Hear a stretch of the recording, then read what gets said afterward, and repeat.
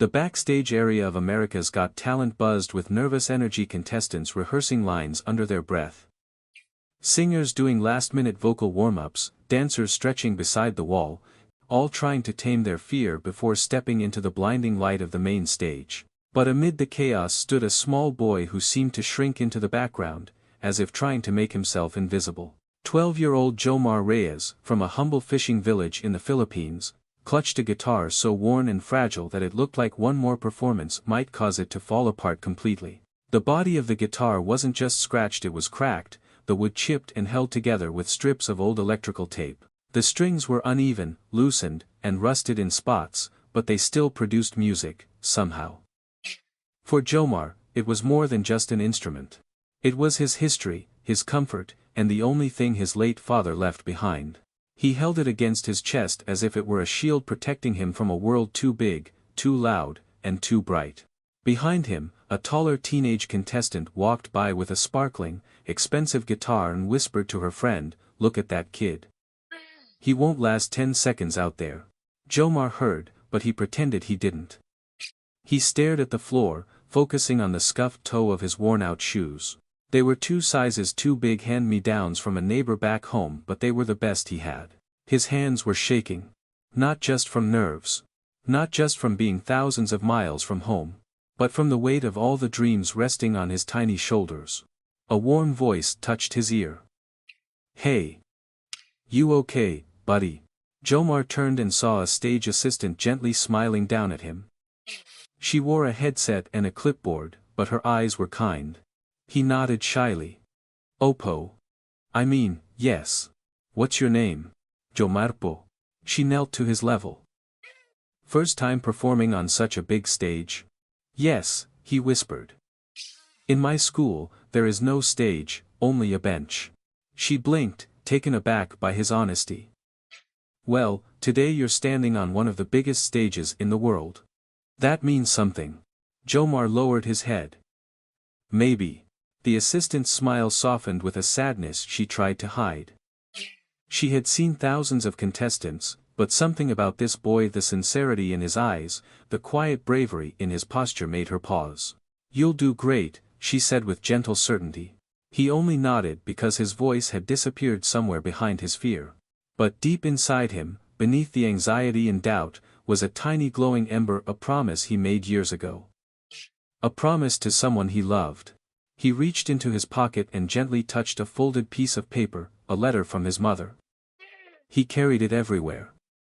He didn't need to open it, he already knew the words by heart. "Anak, wherever life takes you. Remember, when you sing, the world becomes kinder." He closed his eyes. He wanted to believe her. He really did. But believing was hard when life had been more cruel than kind. His father had passed away when Jomar was 8, after a long battle with an illness the family couldn't afford to treat. After that, everything changed. His mother took up 3 jobs, washing clothes, selling fried bananas, cleaning houses, just to keep him and his younger sister fed. Still, some nights they ate only rice and salt. Some nights, nothing at all. To help, Jomar began singing at bus stops and along the streets of Cebu. Tourists tossed coins into his cup, sometimes enough for dinner, sometimes barely enough for a piece of bread. But he always sang. Not for money, but because it made his mother smile, even on the hardest days. Then her health began to fail too. She grew thinner, weaker. Some mornings she couldn't stand. And Jomar became terrified. One night, as he sat beside her on their bamboo bed, she cupped his face with trembling hands and whispered, "You have a gift, Anak. Use it. Don't be afraid of the world. Let the world hear you." He never forgot those words. And now here he was. On the biggest stage on earth. Holding a guitar that shouldn't still be playable. Wearing clothes that weren't his.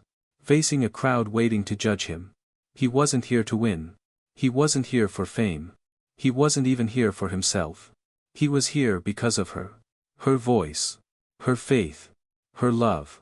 Every dream he carried belonged to her first. A loud buzz jolted him back to the present. The group ahead of him had finished, and staff were ushering them away. A contestant was crying, whether from joy or heartbreak, he didn't know. The assistant checked her clipboard. Jomar Reyes? His heart thudded inside his chest. That's me, he whispered. Okay, sweetheart, she said softly. It's your turn. He stepped forward, legs stiff and unsteady. He was small, so small compared to the stage waiting for him. The hallway leading to the stage felt endless, lit by bright overhead lights that made him squint. His breathing grew shallow. His fingers gripped the neck of the guitar so tightly that his knuckles turned pale. He wanted to run. He wanted to hide. He wanted to go home. But he kept walking. The curtain parted just enough for him to peek at the enormous stage. It was bigger than anything he had ever imagined, lights shimmering like stars, judges seated behind their glowing desks, cameras pointed straight at him. His knees felt weak. His heartbeat pounded in his ears. Then he remembered his mother's voice. Sing, Anak. And the world becomes kinder. He took one more breath. He straightened his tiny shoulders. He held the battered guitar like it was brand new. And he whispered to himself. For Mama. With trembling steps but a brave heart. He walked into the light. Not knowing that today, the world would indeed become kinder. Not knowing that his voice would touch millions. Not knowing that his life was about to change forever. The bright stage lights felt like the sun, hot, blinding, all-consuming. As Jomar stepped into them, his small figure cast an even smaller shadow across the enormous AGT stage. The audience stretched endlessly before him, a sea of faces he couldn't read, thousands of eyes studying the trembling boy with the battered guitar. The cameras zoomed in. The judges looked up. And the entire arena grew still. He had never felt so tinny. Simon Cowell leaned forward first, elbows on the desk, studying the boy with the slow, assessing gaze he was famous for. Jomar swallowed hard. He could feel sweat gathering at the back of his neck. His hands clutched the guitar as if it might slip from his grip. Hello, Simon said, his voice echoing through the hall. Jomar took a breath. Hello Po, hello, sir. A soft ripple of amusement passed through the audience. His accent was thick, his voice soft. What's your name? Simon asked. Jomar. Jomar, Reyes Po. Simon blinked at the unfamiliar word. What does Po mean? Oh, it's respect, Jomar said quietly. It means sir. Or ma'am. There was a gentle wah from the audience. Even Sofia Vergara smiled warmly. Well, that's very sweet, Heidi said, her tone softening. Jomar bowed his head respectfully. Thank you Po. He was trying his best to keep his nerves from showing, but he couldn't hide the tremor in his voice or the uncertainty in his stance. This boy, standing in the center of the world's most intimidating stage, carried a humility so pure it became instantly endearing. Simon glanced at his guitar. It was impossible not to notice. The crack along the body. The scratched surface. The tape desperately holding the wood together. Is that your guitar? Simon asked, his voice gentler now. Jomar nodded. Yes Po. It was my papa's. The entire panel stilled. What are you going to sing for us today? Simon asked. Jomar cleared his throat. I will sing Hotel California. By the Eagles. It was such an unexpected choice that even the audience murmured. A massive, iconic song chosen by a trembling boy who looked like he should be singing nursery rhymes, not rock classics. Simon raised an eyebrow. That's a big song. His tone wasn't mocking, it held genuine surprise. Yes Po, Jomar agreed softly. It was my father's favorite. He used to sing it to me when I was small. And why did you choose it today? There was a pause. A long one. Jomar's fingers touched the worn guitar strings, as if the answer was somewhere inside the wood. I want to sing it for him, and for my mama, he finally said. She is sick. Very sick. But she says that when I sing, she feels stronger. A gentle hush washed over the room. How old are you? Heidi asked softly. 12 Po. And you came all the way from the Philippines? Sophia added. Yes Po. He didn't brag about the sacrifices it took to get here. He didn't mention the raffles his neighbors held to help raise money for the plane ticket. He didn't mention how he and his mother shared a single bowl of rice some nights to save money. He didn't mention the fear he felt leaving home for the first time. He simply stood there humble, hopeful, honest. Simon took a slow breath, his expression shifting in a way the audience rarely saw. "And why are you here, Jomar?" he asked softly. The question hung heavily in the air. Jomar looked down at his guitar. One of the strings was slightly bent. His thumb brushed the tape holding the wood together. He lifted his eyes big, brown, filled with a mixture of fear and fierce love. "I came to try," he said. His voice cracked. "I want to help my mama. I want to make her proud before she gets worse." A woman in the audience covered her mouth, already crying. Simon's expression softened almost imperceptibly, but it was there. "Is she watching today?" he asked gently. "No po," Jomar answered. "She is at home. She cannot travel. But she told me sing with your heart, and people will listen." Heidi's eyes glistened. "And we will, sweetheart. We will." The audience applauded softly, encouraging him. Jomar gave a small bow, holding his guitar close. Then Simon leaned in one final time. "All right, Jomar," he said. "Whenever you're ready." But Jomar wasn't ready. Not yet. His breathing quickened. His hands trembled violently. The stage suddenly felt too large, too overwhelming. He had dreamed of this moment so many times, but now that it was real, part of him felt frozen. What if he failed? What if his voice cracked? What if he disappointed his mother, the one person he couldn't bear to fail? His eyes darted around the room, lights, cameras, faces all blurring into a dizzying swirl. Then he remembered something. It came like a whisper, carried from thousands of miles away. His mother, lying weakly on their bamboo bed, holding his hand and whispering, "Anak, don't sing with your mouth. Sing with your soul." He closed his eyes. He steadied his breath. He placed his fingers on the strings with the tenderness of someone touching a precious memory. And slowly, very slowly, the fear faded. In its place, something else rose inside him. Something stronger. Love. He opened his eyes again. They were still trembling, but now they held a spark. A tiny flame. He looked at Simon. "I'm ready, Po."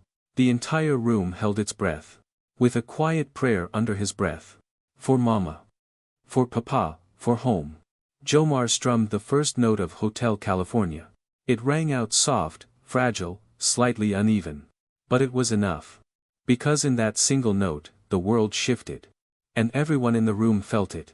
The first note floated from Jomar's guitar like a soft breeze, gentle, uncertain, but undeniably beautiful. For a moment, the massive AGT auditorium felt strangely intimate, as if the towering walls had shrunk to make space for a single fragile boy and his fragile voice.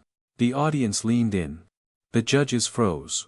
Even the camera operators instinctively steadied their movements, sensing something rare unfolding. Jomar's fingers trembled as they strummed, but the shaky rhythm carried a sincerity that no polished instrument could replace. The broken guitar held together with love and tape released a warm, earthy tone, a sound shaped by hardship and hope. Then he opened his mouth.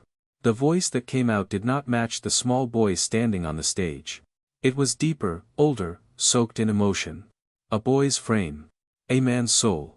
The first lyric emerged quietly. On a dark desert highway. Gasps rippled through the audience. This wasn't mimicry.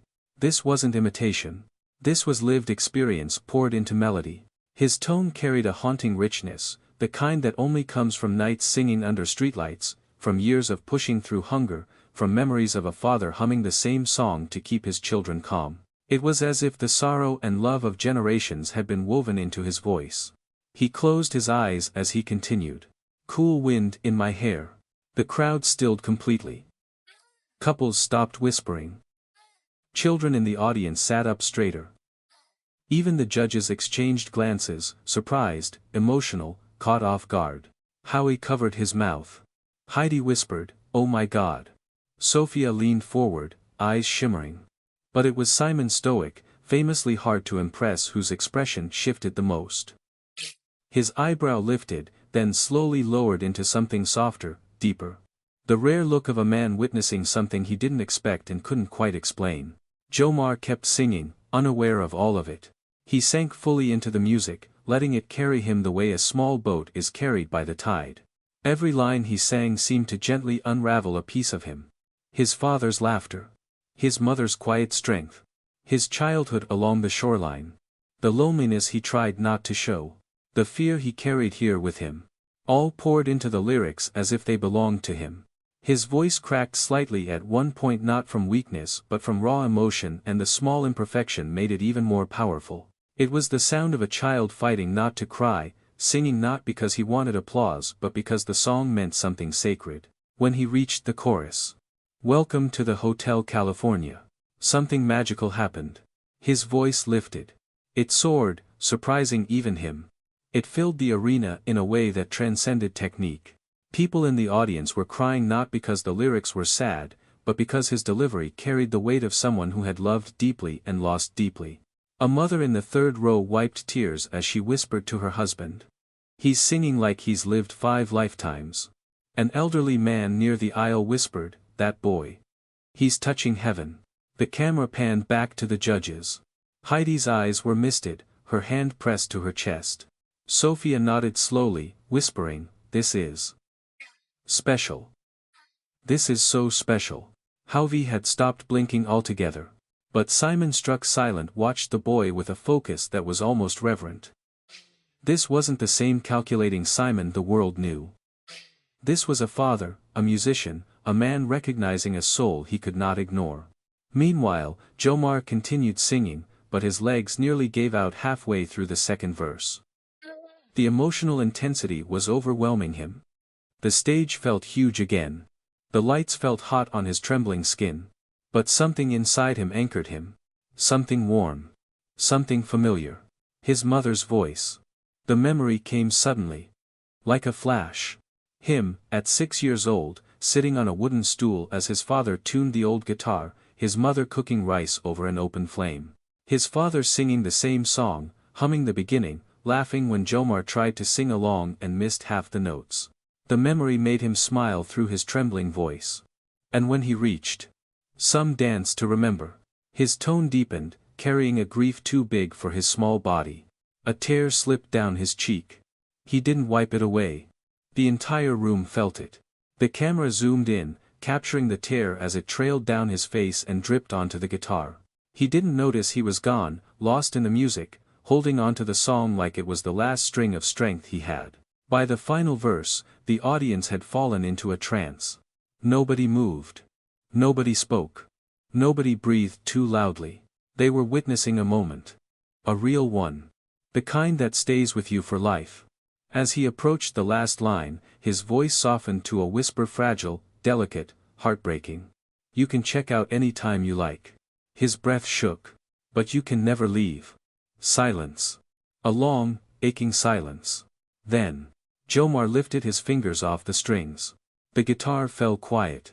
His chest rose and fell with heavy breaths. He opened his eyes, blinking at the blinding lights. For a moment, he didn't know where he was. He didn't know how the audience was reacting. He didn't know if he had done well or ruined everything. The sheer vulnerability of the moment made his hands tremble so violently he almost dropped the guitar. Then it happened. Someone stood. A single person. Then another. And another. Within seconds, the entire audience was on their feet. Roaring, cheering, crying, whistling, clapping, screaming his name. The applause was thunderous. Overwhelming. It hit him like a wave, and his eyes widened in shock. He had never heard applause like this. He had never been praised like this. He had never been seen like this. He stepped back instinctively, stunned. The crowd kept cheering. Howie wiped his eyes. Heidi touched her heart. Sophia nodded, whispering, "Wow. Wow." And Simon. Simon's lips parted, his voice caught in his throat. He didn't speak. He didn't need to. His eyes said everything. They were filled with something rare. Ah. Respect. And something else. Hope. Jomar stood there in the center of the golden light, breathing hard, blinking fast, clutching his father's broken guitar. Unaware that the world had just discovered him. Unaware that his life had just changed. Unaware that the next moment would be one he would remember forever. The thunderous applause still echoed through the auditorium long after Jomar strummed his final note. It wasn't normal applause, not polite, not casual. It was the sound of thousands of hearts shifting at once, the sound of people who had witnessed something pure and extraordinary. But Jomar didn't hear it clearly. Not at first. He stood frozen in the center of the stage, his breathing rapid, his eyes dazed. The cheering blurred into a distant hum, like he was underwater. His legs trembled from exhaustion, adrenaline, and disbelief. He wasn't used to being applauded. He wasn't used to being seen. A soft sob escaped him before he could hold it back. He quickly wiped his cheek, hoping no one noticed, but the cameras caught everything. The audience only cheered louder. It took nearly a full minute for the applause to settle. When it finally softened into a warm hush, Howie Mandel was the first to rise, his hands pressed together, his chin trembling. He looked at the boy with awe. "Jomar," he began, voice cracking. I've been doing this a long time. I've heard thousands of singers. But what you just did." He paused, swallowed hard, his eyes glistening. "What you did wasn't just singing. It was truth." The audience murmured in agreement. Jomar stared at him, unsure what to do with such praise, gripping the guitar for comfort. Howie continued, gesturing helplessly with emotion. "You sang that song like it belonged to you. Like every word came from your heart, from your life. And that is real talent. The audience applauded softly, gentler this time, like a hug instead of thunder. Then it was Heidi's turn. She leaned forward, her eyes full of warmth. "Sweetheart," she said softly, "you made everyone in this room feel something today. That is rare. Most performers come on this stage wanting to impress us. But you came here with your heart open." She placed a hand over her heart. "And we felt every bit of it." Her voice wavered. And for a moment Jomar wondered if she might cry again. He shifted nervously, unsure if he was allowed to speak, unsure if he even could. His throat was tight with emotion. Sofia Vergara took a breath, smiling through tears. "Jomar, I don't know how such a small boy can carry such a powerful voice," she said. "But more than that, the emotion you brought, it was so honest. So pure. You reminded us why music matters." She gestured to his worn guitar. "And this?" Her voice softened. "This tells me everything I need to know about your soul. You made that old guitar sound like it belonged on a big stage." He looked down shyly, brushing his thumb across the tape on the wood. Then the arena fell silent. The kind of silence that signals something important. Because now, it was Simon's turn. He hadn't looked away from Jomar since the song ended. Not once. He sat completely still, hands folded, eyes deep with thought. The crowd quieted. The judges waited. Jomar's heart pounded in his chest. Simon finally stood. Slowly. Purposefully. With meaning. A shiver ran through the room. He took a breath, then spoke, not with his usual sharp tone, but with something gentler, fatherly, even protective. "Jomar," he said, "what you just did, will stay with me for a very long time." The audience gasped softly. Simon rarely said things like that. "You didn't just sing," he continued. "You told a story. You let us into your heart. And I don't say this lightly, your voice, your soul, they are one in a million." Jomar's lips parted. He didn't even realize he was crying again. Simon stepped around the desk, moving toward the stage. It was rare for him to walk to a contestant, especially during judging, but something about this boy pulled him forward. He stopped at the edge of the stage and looked up at Jomar. "How long have you had that guitar?" Jomar hesitated. "Since I was 6, sir. It was my papa's." Simon nodded slowly, taking in the meaning behind the words. "And you've been using it all these years?" "Yes, po." Another pause. The entire arena was so quiet, they could hear Jomar's shaky breathing through the microphone. Simon let out a slow breath, as though steadying himself before saying something important. "Well," he said, "you deserve better." The words hung in the air, heavy, powerful. Jomar blinked. "Sir." Simon placed a hand over his chest. This is not just about your voice, he said. It's about your heart. Your courage. Your love for your family. Then he turned toward the judge's desk. And everyone knew. Everyone felt it. The energy shifted instantly. The audience murmured, rising to their feet. Sophia covered her mouth. Heidi's eyes widened. Howie whispered, "Oh my God." Because Simon was walking straight toward the golden buzzer. The famous button. The dream maker. The moment that only a few ever receive. Jomar staggered backward instinctively, holding his guitar against him like a shield. "Sir, Poe." "What? What are you?" Simon placed one hand on the golden buzzer. He looked at the boy with a softness that made the entire room still. "Jomar." His voice lowered, thick with emotion. "You deserve the world to hear your voice." Then. He slammed the golden buzzer. An explosion of gold erupted from the ceiling. Confetti rained down in shimmering sheets, glowing like falling stars. The audience screamed. The judges jumped to their feet. The music swelled with triumph. And Jomar. Jomar dropped to his knees. Not from shock. Not from excitement. But from the overwhelming weight of everything he had carried for so long finally breaking open. Tears poured down his cheeks. His small shoulders shook. He clutched his guitar to his chest as if hugging a memory. A crew member rushed toward him, but Simon was faster. He stepped onto the stage, kneeling beside the boy, placing a warm hand on his shoulder. "Hey. It's okay," Simon whispered. "You did it." Jomar sobbed harder. Overwhelmed. Simon held him steady. "I'm proud of you," he murmured. "Your father would be proud too." Jomar's breath hitched painfully. The confetti continued to fall. The crowd continued to roar.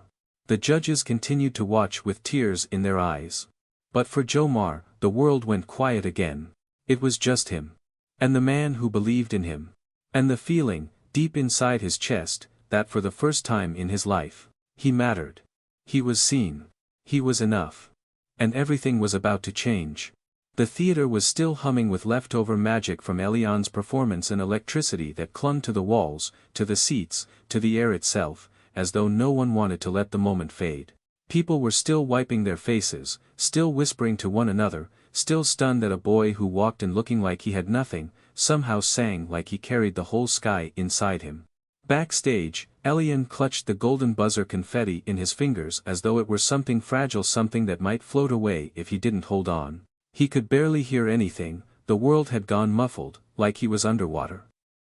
People approached him, crew members, producers, other contestants offering hugs, high fives, congratulations. And, "You deserve this." But he heard it all like distant echoes. His mind was only replaying one thing. Simon Cowell hugging him. It didn't feel real. His mother rushed in next, pushing past security without hesitation.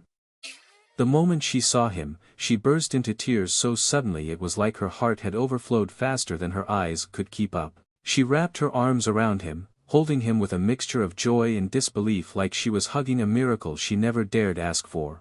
"Elian," she whispered, voice shaking. "Anik. You did it. You did it." He shook his head. But the weight of everything, the applause, the disbelief, the hope suddenly caved in on him. His chest tightened, and he broke into sobs against his mother's shoulder. For the first time in a long time, he didn't hold it in. He cried like a child who had finally been allowed to breathe. A producer gently approached them. "Simon wants to see you." Elian froze. His mother squeezed his hand. "We go together." They followed the producer through the hallway until they reached a small room.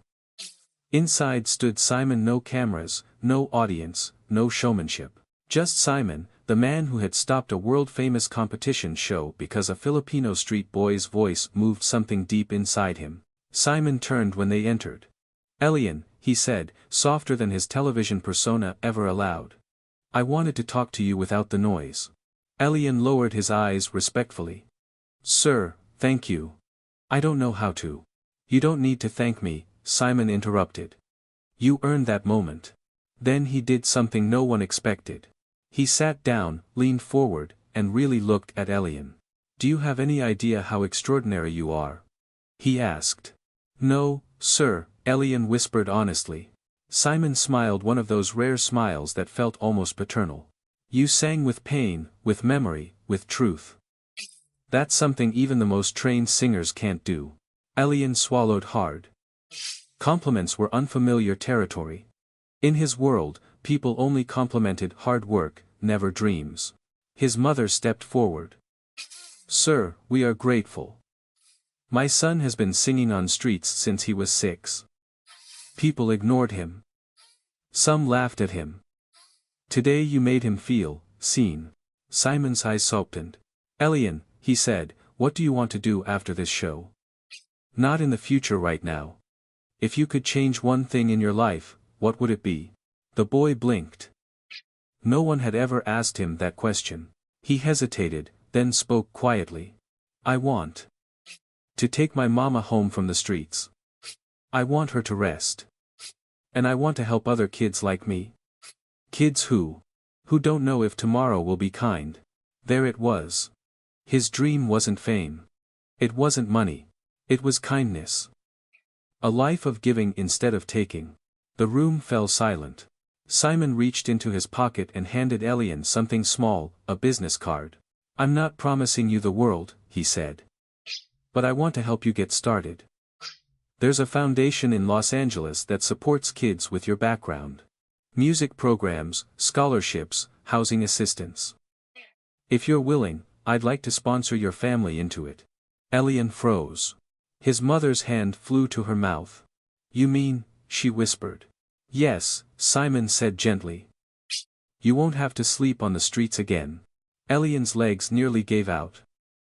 His mother caught him as he swayed. He sobbed again, not from sadness this time, but from the kind of relief that melts years of pain in seconds. A relief so powerful it almost hurts. Simon placed a hand on Elian's shoulder. And when you're ready, I'll help you make your first studio recording. Not because of a contract. Not for the show. Because I believe your voice can help people. Just like it helped me today. Elian couldn't speak. His voice was trapped behind a knot of emotion. All he managed was a whisper. Thank you, sir, thank you.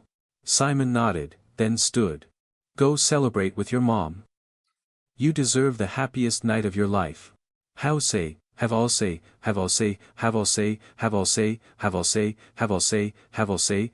As Elian left the room with his mother, the world outside felt different, brighter, softer, lighter. The hallways buzzed with people still talking about that Filipino boy who sang Hotel California, but now the noise felt warm, not overwhelming. They stepped out into the night air behind the theater.